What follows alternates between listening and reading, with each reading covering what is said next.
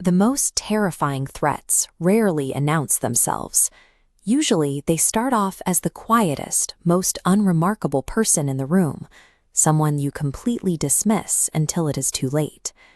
To understand how that happens, we have to look at the mid-20th century American criminal underworld.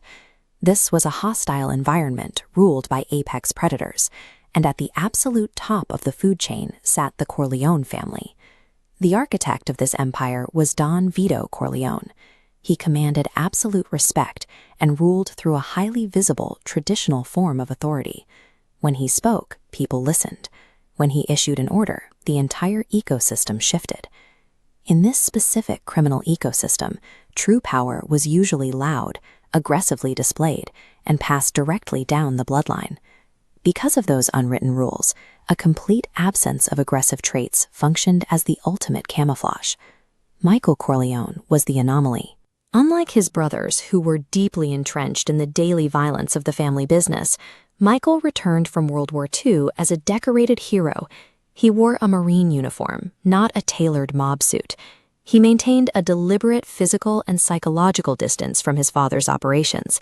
He attended Ivy League schools, dated an outsider, and kept his hands entirely clean of the family's violent commerce. This civilian demeanor worked flawlessly. His own siblings viewed him as a soft outsider, while rival mafia bosses failed to factor him into their threat assessments. By actively rejecting the mafia lifestyle, Michael created a massive blind spot for everyone around him.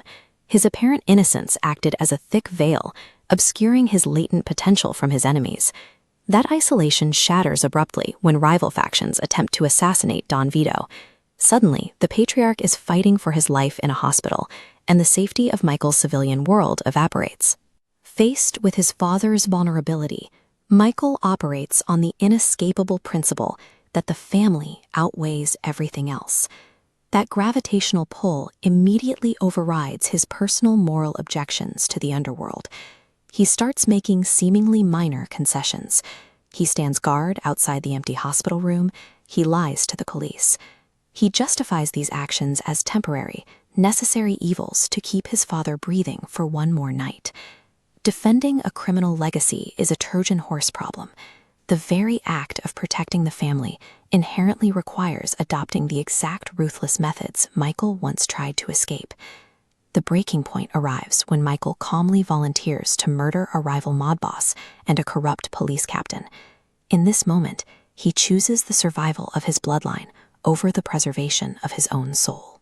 Michael executes his targets with a cold, calculated precision, favoring strategic removal over the emotional, public displays of violence common among his peers. This character arc was so masterfully captured by director Francis Ford Coppola that it secured the film 3 Academy Awards, including Best Picture.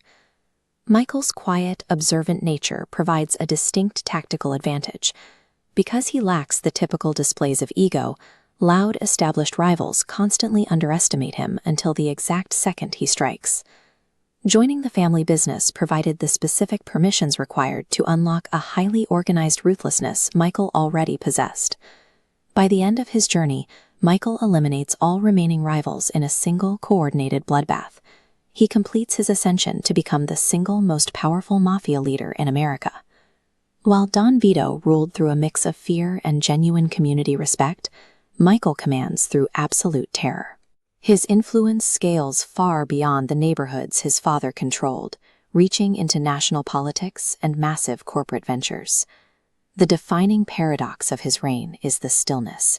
He orchestrates widespread, devastating violence against his enemies while sitting calmly at his desk, maintaining total outward composure. He weaponized his former outsider status.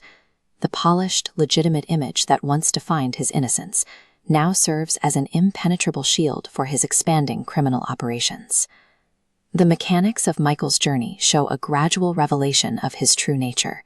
The environment acted as a solvent, stripping away the civilian exterior until only the core remained. Power functions as a diagnostic tool. It removes the constraints of social survival and reveals exactly who an individual is when they no longer need to hide. The loudest person in the room is rarely the real threat. In the end, silent people are the most dangerous.